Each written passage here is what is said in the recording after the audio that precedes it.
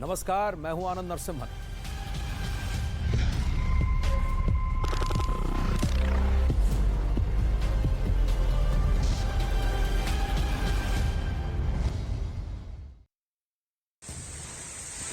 Мужики!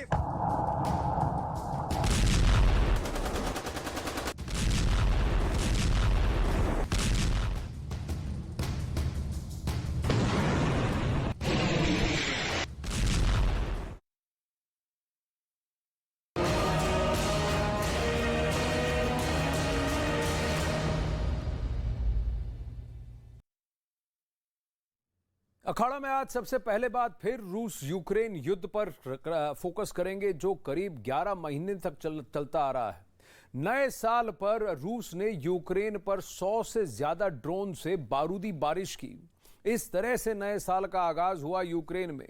Volodymyr Zelensky का दावा है कि सरहद पार तैनात एंटी ड्रोन सिस्टम ने 80 ड्रोन को टारगेट पर पहुंचने से पहले ही तबाह कर दिया। वहीं काउंटर अटैक में रूस के 63 सैनिकों को मारने का भी दावा अब यूक्रेन कर रहा है।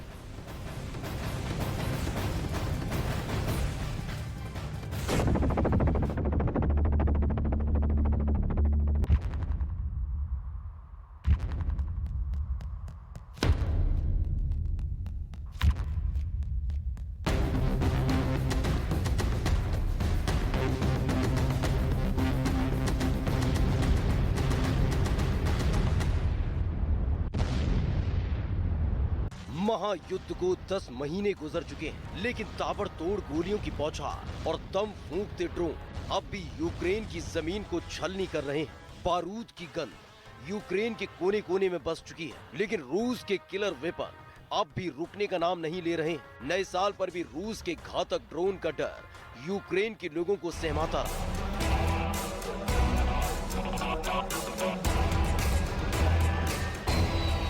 एक और 2 जनवरी के दरमियान रूस ने यूक्रेन पर 100 से ज्यादा ड्रोन से अटैक किया, जिसमें से 80 ड्रोन को यूक्रेन की सरहद पर तैनात एंटी ड्रोन सिस्टम ने नेस्तनाबूद कर दिया।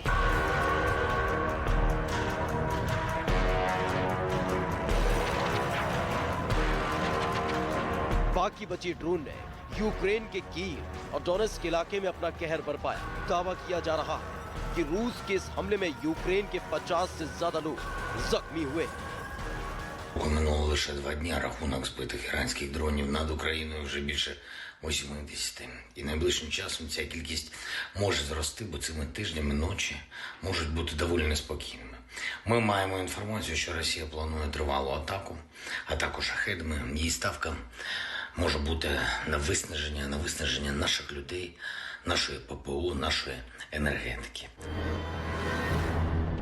रूस के पास जो ड्रोन है वो दहशत का दूसरा नाम कहे जाते हैं। टारगेट से टकराते हैं और वजूद मिटा कर रख देते हैं। बख्तरबंद गाड़ियों से टकराते हैं तो उसे नेस्तनाबूद कर देते हैं। घरों से टकराते हैं तो उन्हें खंडहर में तब्दील कर देते हैं और इंसानी बस्तियों में गिरते ही वहां कब्रिस्तान बना देते हैं। नए साल पर रूस ने इसी ड्रोन को अपना हथियार बनाया।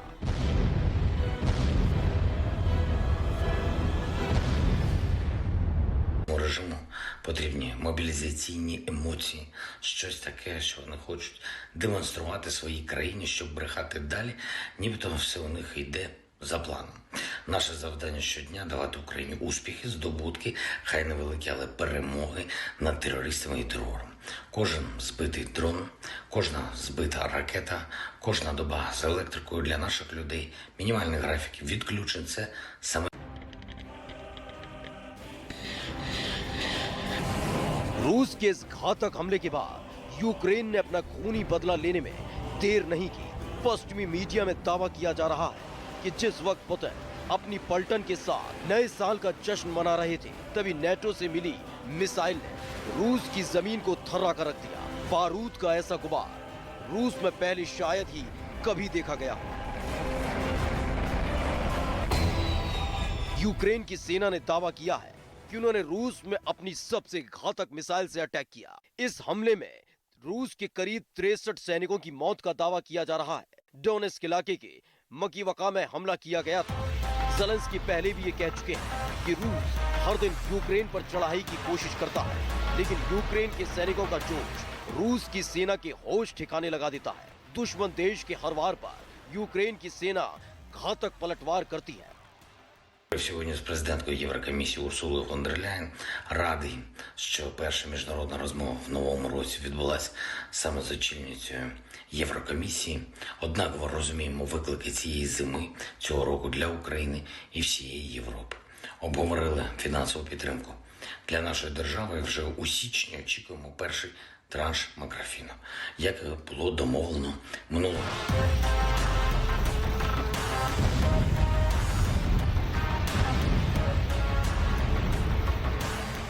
जंग जारी है। दोनों देश मैदान में दम फूंक रहे हैं।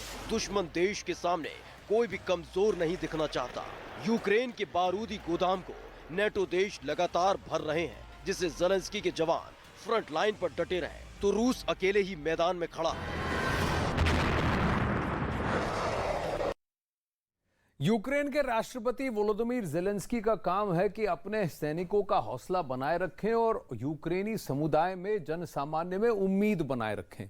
लेकिन रूस ने यूक्रेन के कीव शहर पर रॉकेट से हमला किया है और ये एयर हमले धीरे धीरे तेज होते जा रहे हैं। इन हमलों में कई घर जमींदोज हो गए, वहीं कई लोगों के जख्मी होने का भी दावा किया जा रहा है। ये रशियंस ह्यूमन नहीं है, ये इंसान हो ही नहीं सकते, दरिंदे हैं, ऐसी बातें की जा रही है।